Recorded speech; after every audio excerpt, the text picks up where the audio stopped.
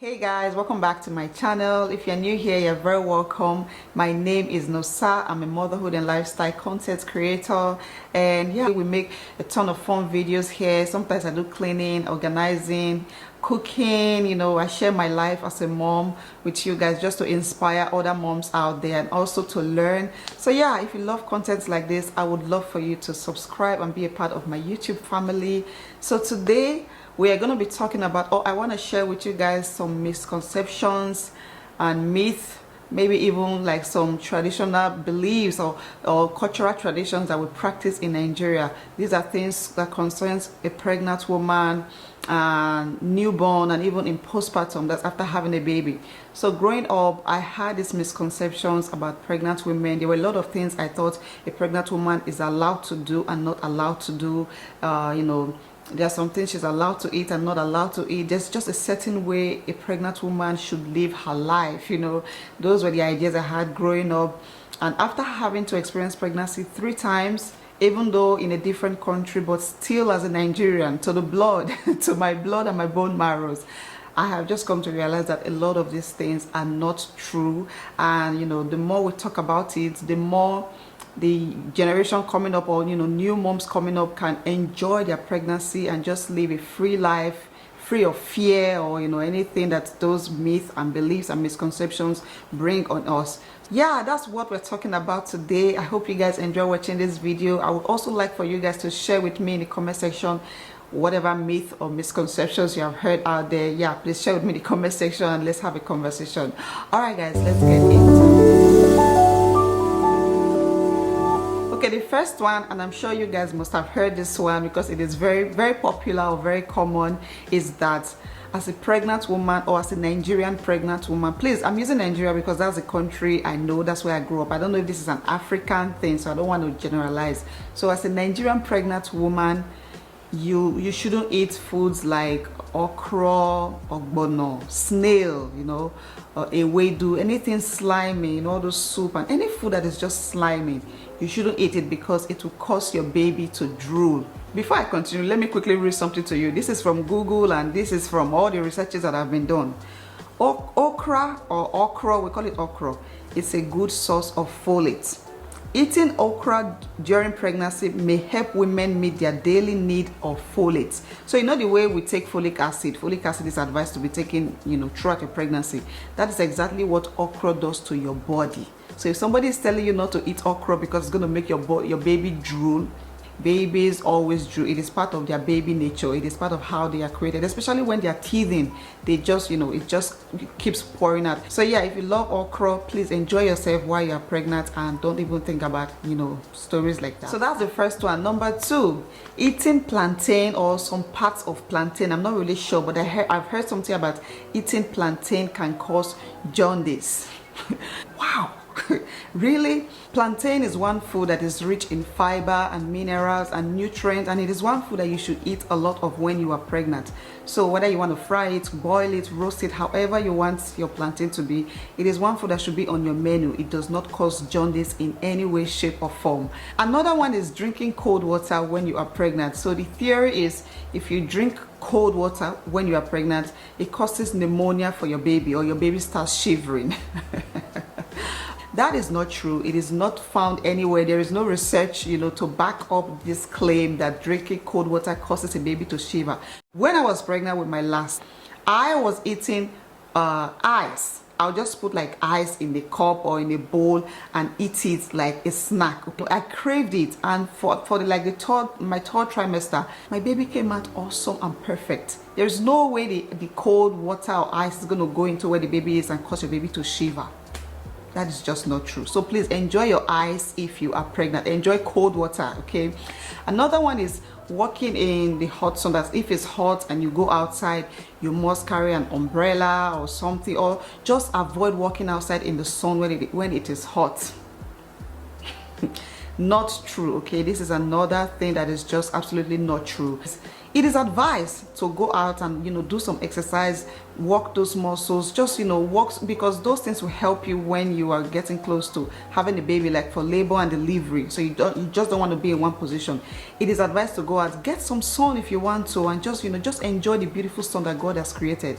And I think the idea is, if you walk under the sun, it will attract evil spirit. I really do not know where that is coming from. Okay, another one is putting safety pin on your, is it your cloth? I don't really know where they put that thing. So you are advised to put safety pin on your dress, because it will drive away evil spirit from entering the baby or something. I don't know. There's a lot of talk about evil spirit this, evil spirit that, and I think this is coming from our ancestors. Okay, so a lot of these myths are coming from our forefathers and ancestors who in their time did not know God. So I'm not going to judge them. It's just in their time they believed in dark magic, in evil spirits, voodoo, juju, all sort of things, and they had their ways of driving away evil spirit, and they have been passing down, or they passed down these ideas to their children. Somehow it has crept into our generation. So you may have heard it from your mom or your grandma, some elderly person around you. But in this day and age where there's a lot of exposure, and especially because we are Christians, we believe in the power of Christ and salvation and all of that, I don't see any reason why I should say I believe in God and still be carrying this thing around. God is the one that protects. If God gives you a baby, he's able to protect you and the baby and your entire family. So my dear sister, if you want to feel secured, especially as a Christian, put your faith and your belief in God. There are so many battles that happens that we are not even aware of. There are so many battles that God fights for us that we do not even see. And if you like, carry all the safety pins, put on your head, carry the biggest safety pin and put it all over your body. What will happen will happen. If you're not under the protection of God, if you are not under his mercy, if you're not covered by God, then you are an easy target for the devil. Another one, this one is also a very, very popular one. I've actually done this. Is putting a thread, like a string of thread, on your baby's head when your baby is having a hiccup. Okay, when I say I've done this, I did it as a little girl, not as a mom. So I remember when my mom was having kids or having a baby, and I was a young girl, me and my younger sister, we used to go look for once the baby starts hiccuping, you see me and my younger sister will be looking for thread, looking for any fabric just to pull out the thread and put on the baby's head. It's funny because I never did this to all my 3 kids. Okay, I have never done it because I've just not seen any proof anywhere that works. Okay, so for me, whenever my babies had hiccups, I just give them some very tiny drop of water. Okay, very tiny. What causes baby's hiccup is when a baby eats and you don't allow the baby to burp. You don't give the baby enough time to burp. Sometimes even when the baby burp, there's still more air that needs to come out. So if you are in a rush or you just did not do it, your baby is going to have hiccups. Baby have hiccups. It is so common. So I will advise you to always pat your baby's back and make sure your baby burps after every feed to prevent hiccups. And even if the baby is just hiccuping for no reason, even after you have burped the baby 1,000 times, just let the baby be. After a while, the hiccup will disappear. Another one is eat for 2. You guys, it is a myth that a pregnant woman must eat for 2. Okay, pregnancy increases the amount of calories that your body requires, but it is not specifically said anywhere, not even by doctors, that you should eat for 2. So what if you're expecting multiples, like twins or triplets or quadruplets? Are you going to be eating for 4 and 5? No. So eat enough to give your body the nutrient that it needs for that heavy state that you are in. And remember, you may want to lose that post baby weight. After having the baby, you may want to lose that weight. That's a big problem. A lot of women find it difficult to lose all the baby weight because they have been eating for 2. Eat healthy and eat enough. Eat until you are satisfied, but you don't have to go overboard eating because you are eating for 2. Okay, another misconception, and you guys, when I heard this one, I did like this, Jesus, is that eating spicy food can cause blindness for your baby, for your unborn child. So if you're eating a lot of spicy food, it can blind your baby's eyes. Let me just say this, there's a lot of misconceptions about what you eat affecting your baby. You guys, if you don't know this, please know now. The baby gets the nutrients from the food, from your food, through the placenta. The baby only gets the nutrient out of the food. The baby does not have any direct contact with eba or jollof rice or chicken or fufu, and the baby does not taste the pepper. If you are eating a very spicy hot food, the baby does not taste the pepper. Okay, have you guys seen this video? Have you seen this video? I'm gonna leave the link to this video in the description box. Please go watch and see what I was actually eating during my pregnancy. There were some food that I avoided eating when I was pregnant in my first trimester. Foods like catfish. Catfish is a bottom feeder, you know, it feeds down under the ocean, and it's full of mercury. It's just advised not to eat it because of the effects that it has on your baby.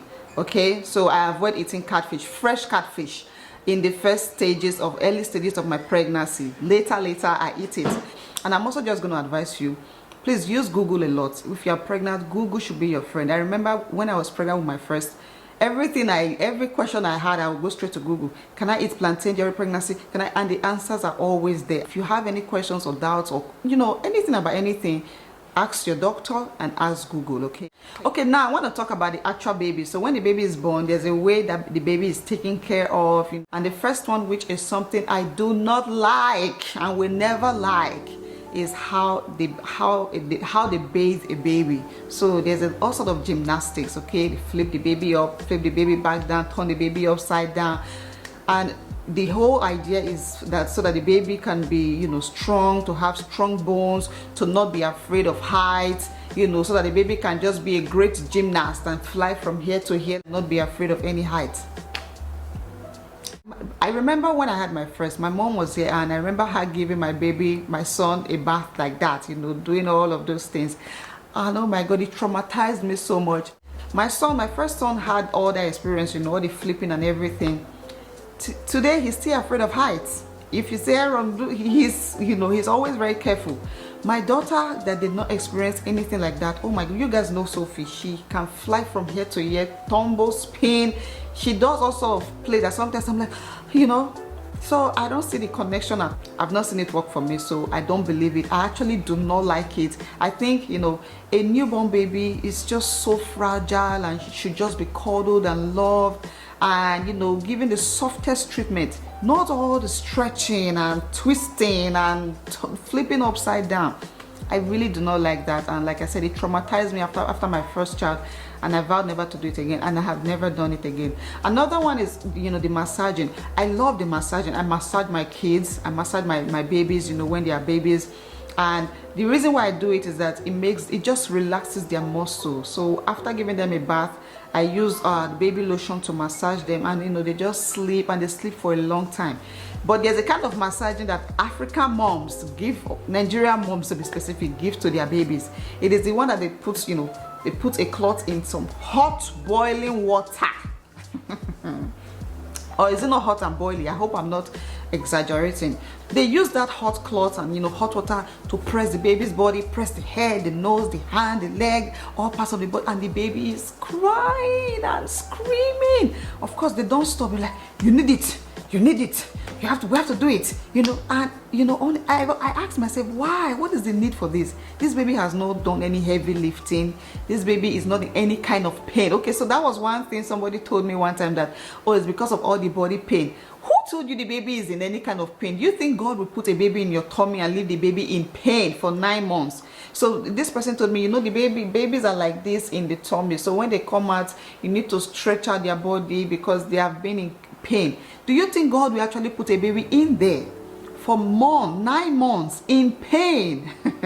And honestly, there's also no scientific claim, you know, supporting this. If you believe that right now in your adult life, the reason why you are strong and healthy is because of all the massaging that your grandma, whoever, did on your body 20, 30, 40 years ago, if you think that is why you are strong today, honestly, I don't know what to tell you. Your body is strong, your muscles are strong, your bones are strong because you eat. You eat good food. It is not because of any massaging that anybody does.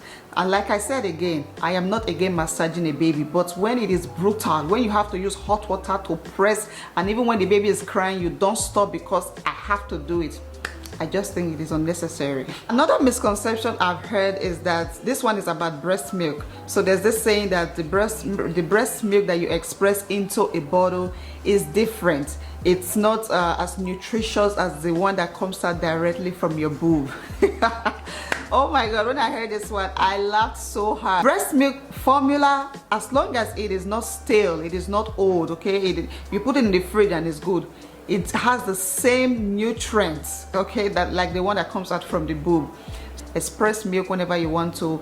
Formula, it is all good, and your baby is gonna get the best nutrients, you know, from those milk, from those. The next one is shaving a baby's hair after, I don't know if it's after 1 year or after 6 months or after, I don't even know when, but you know, in Nigerian tradition, I feel like it is almost a must. I'm using almost because I don't know if everybody does it, but a lot of people I know shave their baby's hair. You have to shave it so that a good hair will grow. A good hair will grow back out. And I always ask myself, what do you mean by good hair? This hair came from heaven. It came from God's hands. Why will I shave it off so that a new one will grow out? Okay, especially for baby girls. Okay, if you have a baby boy, of course I understand you, but for a baby girl, why is it a must? In fact, why is there a time frame that once it is past 6 months or 1 year, you have to cut your baby's hair? So I remember after having my first son, I had him here, and I just let his hair grow for a long time. He was almost 2 before I cut his hair, his first hair. And I remember a lot of people asking me, both, you know, my friends in Nigeria, he has a very nice hair. Is this his first hair? Did you cut it? When are you going to cut it? Are you planning to cut it? Have you cut it? Since that time you gave birth to him, you have not cut the hair. And I'm like, who is giving out this timeline or time frame of when to cut my baby's hair? I can choose to carry this hair or leave him to carry this hair for the next 5 years of his life. So what is this good hair that will come out? Like, I think the other theory behind it is that you have to cut the hair so that the baby would grow. So if you don't cut the baby's hair, the baby will just remain aki and papa, just short, you know. So I really do not understand. The last thing I want to talk about is postpartum care. So after having a baby, even till today, a lot of Nigerian women are made to sit on hot water to heal down there, you know, the vajayjay. That to me is probably the most brutal, inhumane thing I've ever heard. Okay, I'm sorry if this sounds so, like, I don't know, exaggerated, but that, I mean, down there is already sore. You have pushed out a baby, 5 pounds, 6 pounds, 7 pounds, 8 pounds, maybe even 10 pounds baby. Maybe you even tore, okay, like you had an episiotomy, so they had to like stitch it. So the idea of sitting on hot water to me is just brutal. It is inhumane. There are other ways of healing down there. In case you don't know, there are other ways of healing down there. Use some warm water, warm, okay, warm, like lukewarm water that you can put on your body to bathe. Use some warm water to rinse down there, and they give you some cooling pad, cooling, like, you know, like it's very cool. That place is sore, so you want to put something cooling down there. You put it in your pad, and you know, after about 3 days you start healing. After about 3 days, 5 days max, that place starts healing. Okay, so the whole idea of sitting on hot water, till today I can never get it, and it pains me when I see women of my age, you know, women in their 30s, their mid 30s, doing all of these things. I'm like, you guys should know better. The fact that it worked, you know, your mom did it, your grandmom did it, and it worked for them, it does not mean that you have to do it, except you don't mind at all, except you don't mind the pain, except you just want to do it as part of womanhood to show that you are really strong. Okay, but look, there is no award for who suffer pass. That's just my theory. So yeah, there are many ways to heal down there that does not involve anything inhumane or brutal. Like I have said millions of times, you can use ice pack. You can put a towel on top of ice pack or just ice block and sit on top. Do it every morning and evening, and you see how you will heal. Anyway, so you guys, we have talked a lot about so much today, and I just want to close out this video by saying this: at the end of the day, do what works for you. Okay, you know, people believe in different things, and sometimes it works out for them. If you believe that holding a safety pin when you go out will make you feel more secured or safe, then please take a safety pin whenever you're going out. Just feel free to live your pregnant life and enjoy your pregnancy, and do not be pressured to do what you don't want to do. If anybody is coming to give you any advice, whether your mom, your mother-in-law, your grandma, your neighbor, whoever, your pastor's wife, just say thank you and smile and walk away. You don't have to start arguing with them or trying to teach them or try to lecture them. You don't have to do that. They are stuck in their ways, and that's what they will keep believing until the day they die. Okay, if you're pregnant right now, I wish you the sweetest journey and the smoothest journey ever. Please flaunt that belly and take all the pictures, and yeah, you would look back in this time and you'll be happy. So yeah, that will be it for today's video. If you guys absolutely enjoyed this video, give it a massive thumbs up, drop a comment down below. Let me know what you heard when you were pregnant. Let me know what people told you, all your experiences, or what the things that you were just afraid of, the things that you were not sure of, all the crazy weird things people told you. Please let me know in the comment section, and let's just keep the conversation going. Thank you so much for watching. I'll see you all in my next one.